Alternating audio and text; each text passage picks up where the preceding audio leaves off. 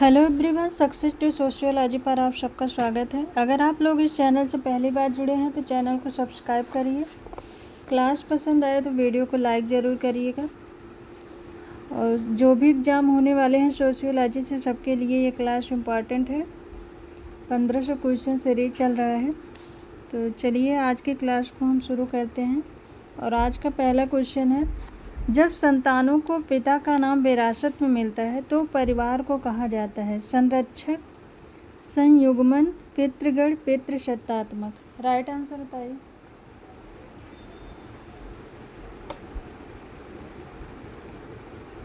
जब संतानों को पिता का नाम विरासत में मिलता है, ऑप्शन फर्स्ट राइट आंसर है संरक्षक। नेक्स्ट क्वेश्चन है, पूंजीवादी समाज में गरीबी के मार्क्सवादी परिप्रेक्ष्य को किस संदर्भ में समझा जा सकता है? पूंजीवादी अर्थव्यवस्था द्वारा उत्पन्न असमानता की प्रणाली उन लोगों के हाथों में केंद्रित है जो उत्पादन के साधन के मालिक हैं। मजदूर वर्ग जो केवल अपने श्रम के मालिक हैं, उन्हें खुले बाजार में मजदूरी के लिए बेचना चाहिए। वर्किंग क्लास को उनके काम के लिए मजदूरी के कारण मिलेगा। ऑप्शन में है 1 2 4, 1 2 3, 1 4 3, 2 3 4। राइट आंसर बताइए।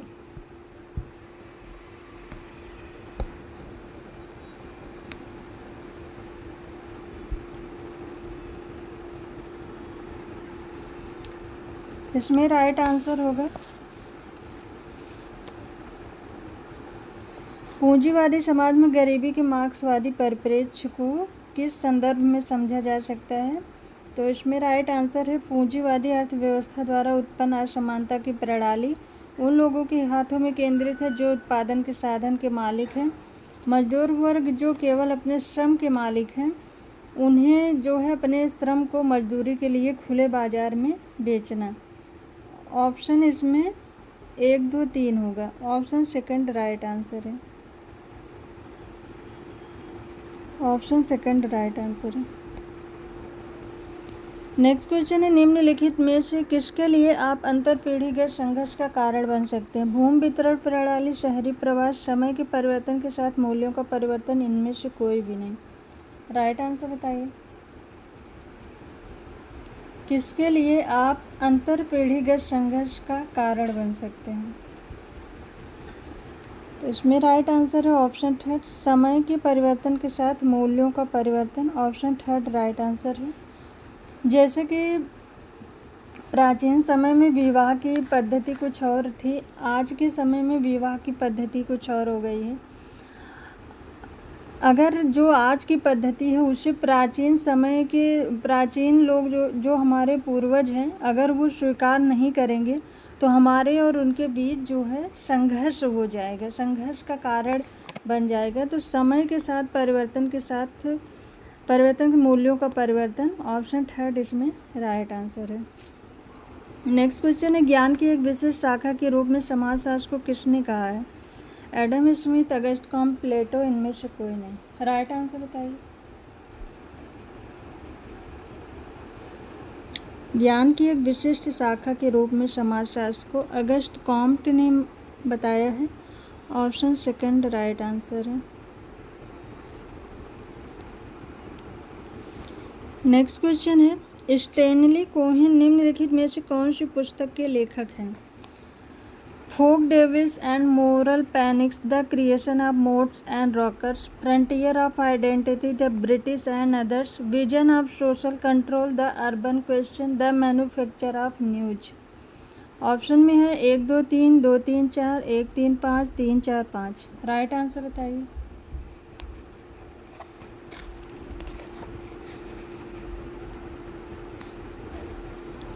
तो राइट आंसर होगा इसमें option first, folk devils and moral panics, the creation of mods and rockers. ये बुक इनकी जो है 1970 में आई थी।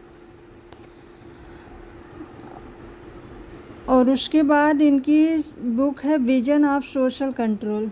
विजन ऑफ सोशल कंट्रोल ये बुक अपराध की समस्याओं के ऊपर लिखा गया है। ये बुक इनकी 1985 में आई थी। और इनकी अगली बुक है द मैन्युफैक्चर ऑफ न्यूज। ये बुक इनकी 1973 में आई थी, ये 1970 में, और ये वाली 1985 में, और ये वाली 1973 में। ये 3 बुक है इनकी। तो इसमें राइट आंसर होगा 1, 3, 5। 1, 3, 5 ऑप्शन थर्ड इसमें राइट आंसर है। नेक्स्ट क्वेश्चन है निम्नलिखित स्थानों में से विश्व के कुल जल के प्रतिशत के घटते क्रम में सही क्रम की पहचान करें। वातावरण, नदियों, धारा, भूजल, झील, आइस कैप्स और ग्लेशियर। ऑप्शन में है 5, 3, 2, 4, 1, 5, 2, 3, 4, 1, 5, 4, 3, 2, 1, 5, 3, 4, 1, 2। राइट आंसर बताइए। घटते क्रम में बताना है, कुल जल का प्रतिशत घटते क्रम में बताना है। तो सबसे ज़्यादा जल आइस कैप्स और ग्लेशियर में है, ऑप्शन 5। उसके बाद भूजल पर है, ऑप्शन 3। उसके बाद नदियों और धाराओं में है, और उसके बाद जो है झीलों में है, और उसके बाद वातावरण में। इसमें राइट आंसर होगा 5, 3, 2, 4, 1। और अगर यहाँ पर समुद्र दिया होता तो सबसे पहला नाम समुद्र का आता, क्योंकि सबसे ज़्यादा जल समुद्र में है। तो आइस कैप्स और ग्लेशियर में है, उसके बाद जो है भूजल पर है, उसके बाद नदियों और धाराओं में है, उसके बाद झीलों में है, उसके बाद वातावरण में है। ऑप्शन इसमें फर्स्ट राइट आंसर है।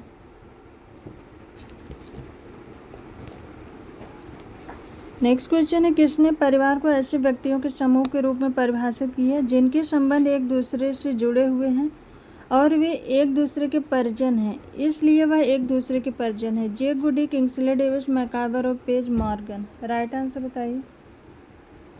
राइट आंसर क्या होगा?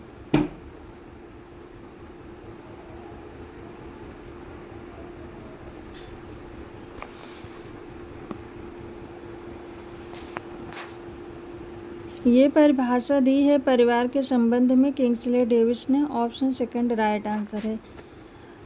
ऐसे व्यक्तियों का परिवार ऐसे व्यक्तियों का समूह है जिनके संबंध एक दूसरे से जुड़े हुए हैं और वे एक दूसरे के परिजन हैं, इसलिए वे एक दूसरे के परिजन हैं। ऑप्शन सेकंड राइट आंसर है। नेक्स्ट क्वेश्चन है हमारे देश में 1976 में पहली बार भारत की जनसंख्या नीति किसकी अध्यक्षता में तैयार की गई? डॉक्टर के श्रीनिवासन, डॉक्टर कर Singh, doctor Shri Chandrasekaran, doctor MS Swaminathan. Right answer बताइए।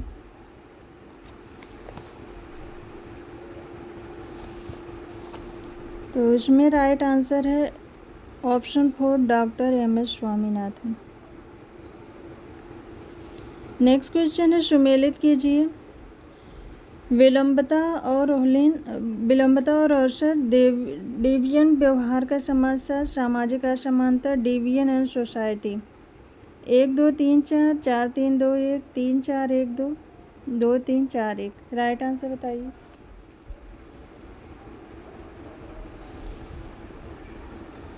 तो इसमें राइट आंसर होगा विलंबता और असर, ये क्लोवार्ड और होलिन का है। डेविएंट व्यवहार का समस्या क्लिनार्ड का है। सामाजिक असमानता बेटिल का है। डेविएंट एंड सोसाइटी टेलर का है। तो राइट आंसर इसमें ऑप्शन फर्स्ट होगा। 1, 2, 3, 4 ये मैच है। नेक्स्ट क्वेश्चन है जब पति पत्नी कानूनी रूप से अलग अलग घरों में रहने वाले के रूप में पहचाने जाते हैं लेकिन पुनर्विवाह के लिए स्वतंत्र नहीं है तो यह कहा जाता है? न्यायिक पृथक्करण, तलाक, परित्याग, जीवन साथी का वैवाहिक जीवन समाप्त। जब पति पत्नी कानूनी रूप से अलग अलग घरों में रहते हैं लेकिन पुनर्विवाह के लिए स्वतंत्र नहीं है, ऑप्शन फर्स्ट राइट आंसर है न्यायिक पृथक्करण। नेक्स्ट क्वेश्चन है नारीवादियों का कौन सा ब्रांड इस दृष्टिकोण को स्वीकार करता है कि राज्य पुरुष वर्चस्व और महिला अधीनता को फिर से बनाने के लिए मनुष्य द्वारा बनाई गई संरचनाओं और संस्थानों की एक प्रणाली है। उदारवादी नारीवादी, कट्टरपंथी नारीवादी, मार्क्सवादी नारीवादी, इको फेमिनिज्म। जिस नारीवादी कथन में यह दिया नारीवादी संबंधित कथन में जहाँ पर स्वीकार किया जाता हो, जहाँ पर कथन में ऐसा लगा कि इसमें स्वीकार किया जा रहा है, तो वहाँ पर उदारवादी नारीवादी होगा। ऑप्शन फर्स्ट राइट आंसर है। नेक्स्ट क्वेश्चन है, निम्नलिखित में से कौन सा शिक्षा का क्षेत्र राजनीतिक निर्णय लेने से प्रभावित नहीं है? शैक्षिक निधि, पाठ्यक्रम और पाठ्यपुस्तक, शैक्षिक नीतियाँ, कक्षा शिक्षण। इसमें कौन राजनीतिक निर्णय लेने से प्रभावित नहीं है शिक्षा के क्षेत्र में? तो इसमें ऑप्शन 4 राइट आंसर है, कक्षा शिक्षण। नेक्स्ट क्वेश्चन है, किसने खुलासा किया कि ग्रामीण समाज में गुटों का मुख्य कारण धन, महिला और भूमि है, जर जोरू और जमीन है? Oscar Lewis, Dumont, Louis Wirth, AR Desai.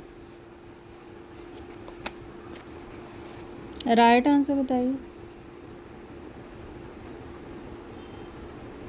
इसमें राइट आंसर होगा ऑप्शन फर्स्ट, आस्कर लेविस।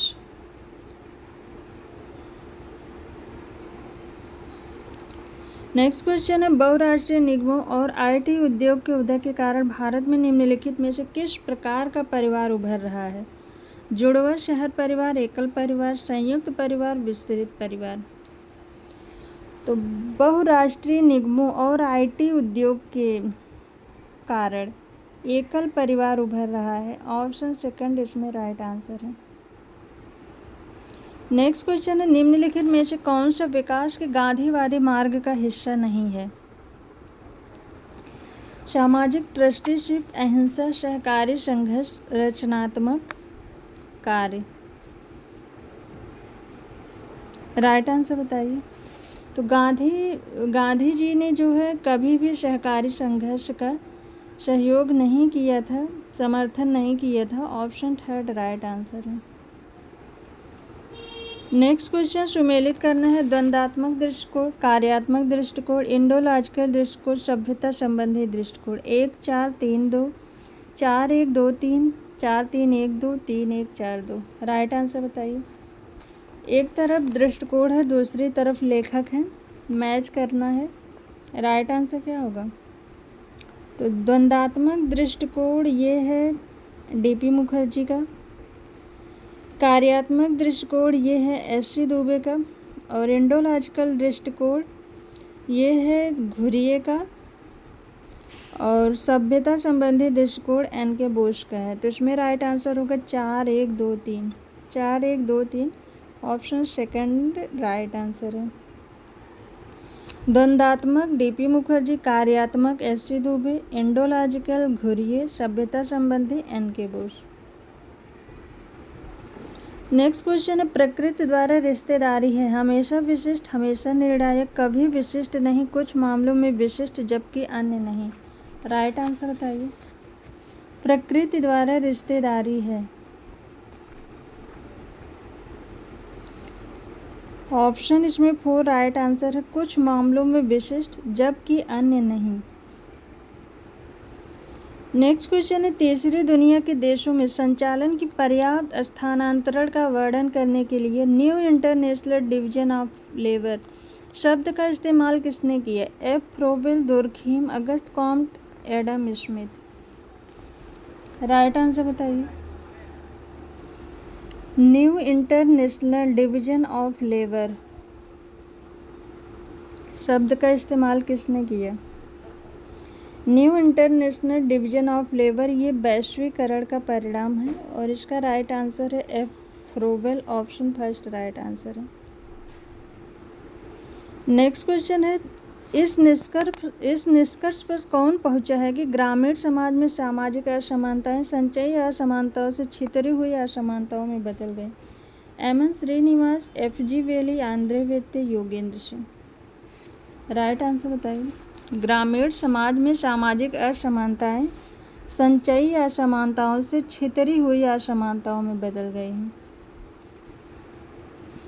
तो इसमें ऑप्शन थर्ड राइट आंसर है, आंद्रे वित्ते।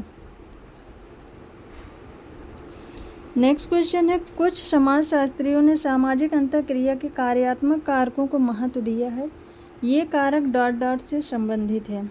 समाज की निकटता और समानता से, समाज के उद्देश्य और सामान्य तथ्य से, समाज की आवश्यकताओं और पिछले अनुभव से, समाज की अच्छाई, सामान्य कारण और अर्थव्यवस्था से। राइट आंसर बताइए क्या होगा।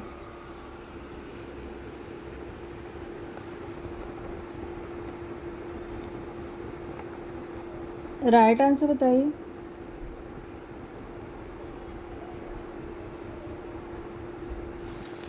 तो इसमें राइट आंसर होगा ऑप्शन 4, समाज की अच्छाई, सामान्य कारण और अर्थव्यवस्था से। Option 4 right answer.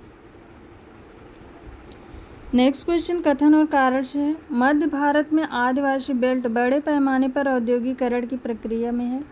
कारण दिए गए, यह ब्राइडल इकोनॉमी में विविधीकरण को इंगित करता है, जिससे ब्राइडल कल्चर में बुनियादी बदलाव होते हैं। ए और आर सही है, आर का स्पष्टीकरण है। ए और आर सत्य है, आर का स्पष्टीकरण नहीं है। ए सत्य है, आर असत्य है। ए असत्य है, आर सत्य है। राइट आंसर बताइए।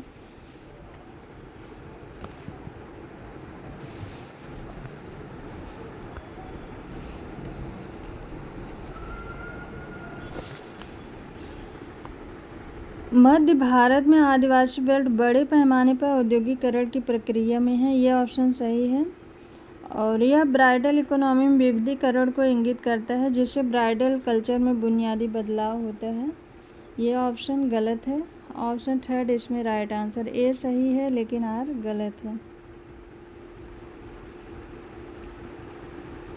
नेक्स्ट क्वेश्चन है, पेरिस समझौते को डॉट डॉट के रूप में भी जाना जाता है। COP18, COP20, COP21, इनमें से कोई भी नहीं। राइट आंसर क्या होगा।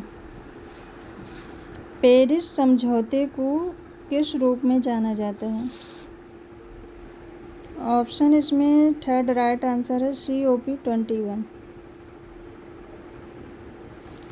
नेक्स्ट क्वेश्चन है, निम्नलिखित में से कौन सी वैश्वीकरण के प्रमुख चालक हैं। सरकारी कार्रवाई, विनिमय दरें, प्रतिस्पर्धा और सामाजिक जनसांख्यिकी कारण, बाजार अवसरण, प्रतियोगिता, विनिमय दर और लागत लाभ। लागत लाभ, सरकारी कार्रवाई, आर्थिक चक्र और प्रतियोगिता। बाजार, लागत, प्रतियोगिता और सरकारी नीतियाँ। राइट आंसर बताइए।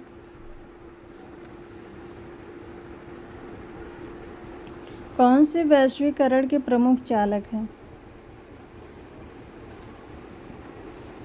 ऑप्शन सेकंड इसमें राइट आंसर है, बाजार अवसरण, प्रतियोगिता, विनिमय दर और लागत लाभ।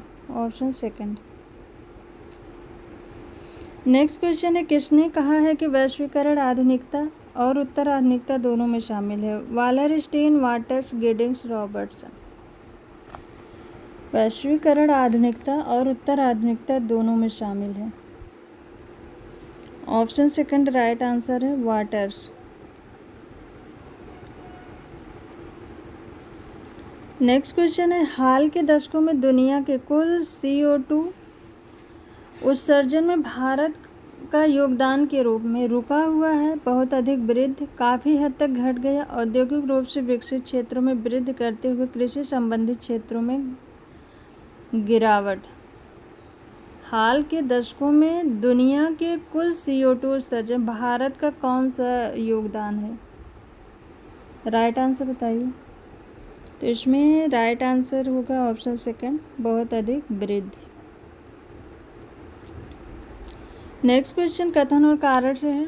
भारत में कम बाल लिंगानुपात मुख्य रूप से कन्या भ्रूण हत्या के कारण है, और कारण दिए गए, भारत में पितृसत्तात्मक व्यवस्था के कारण पुत्रों की पसंद काफ़ी मजबूत है। ए और आर दोनों सत्य है। ए सत्य है, आर असत्य है। ए और आर दोनों असत्य है। ए असत्य है, आर सत्य है। राइट आंसर बताइए।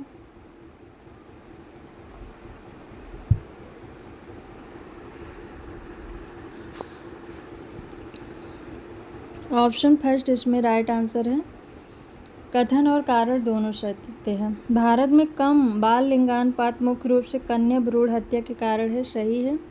और भारत में पितृसत्तात्मक व्यवस्था के कारण पुत्रों की पसंद काफ़ी मजबूत है। दोनों कथन और कारण दोनों सही हैं। नेक्स्ट क्वेश्चन है, निम्नलिखित में से कौन विभिन्न देशों के बीच विकास के स्तर को मापने के लिए मानव विकास सूचकांक HDI ह्यूमन डेवलपमेंट इंडेक्स से संबंधित है?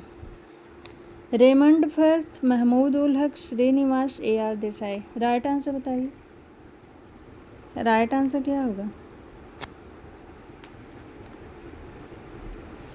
तो इसमें राइट आंसर होगा महमूद उल हक ने 1990 में मानव विकास सूचकांक जारी किया था।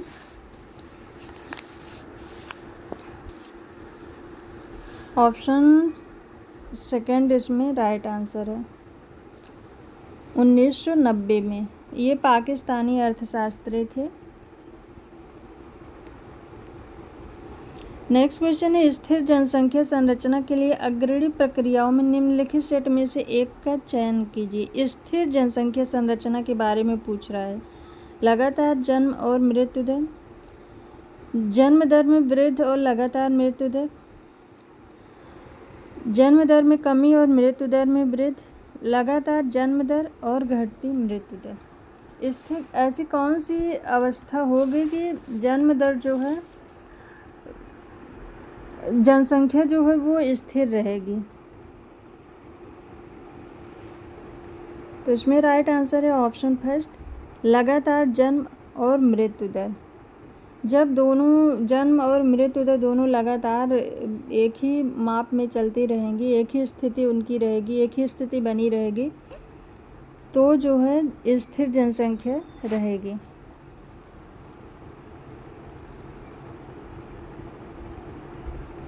नेक्स्ट क्वेश्चन है, जब धार्मिक विश्वास प्रणालियों एक दूसरे के विरोध में आते हैं तो इसका परिणाम यह होता है: भौतिकवादी दृष्टिकोण में परिवर्तन, विवाह प्रणालियों में परिवर्तन, हिंसक धार्मिक विस्फोट, व्यापार प्रणालियों में परिवर्तन। राइट आंसर बताइए। जब धार्मिक विश्वास प्रणालियों में जब धार्मिक विश्वास प्रणाली एक दूसरे के विरोध में आते हैं, इसमें राइट आंसर है ऑप्शन सेकंड, विवाह प्रणालियों में परिवर्तन। नेक्स्ट क्वेश्चन है, प्रकारवाद का मानना है कि सामाजिक संस्थाएं निम्नलिखित के प्रत्युत्तर में उत्पन्न होती हैं। लोगों के बीच संघर्ष, भेदभाव, समाज की जरूरत है, समाज में असमानता। राइट आंसर क्या होगा?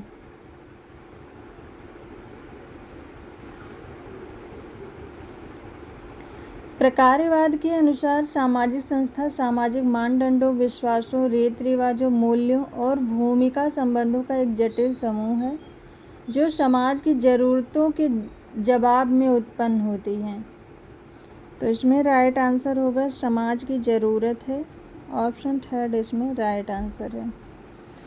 तो आज की ये क्लास यहीं तक। आई होप आप सबको ये क्लास पसंद आए। क्लास पसंद आए तो वीडियो को लाइक, शेयर एंड सब्सक्राइब ज़रूर करिएगा। Thank you.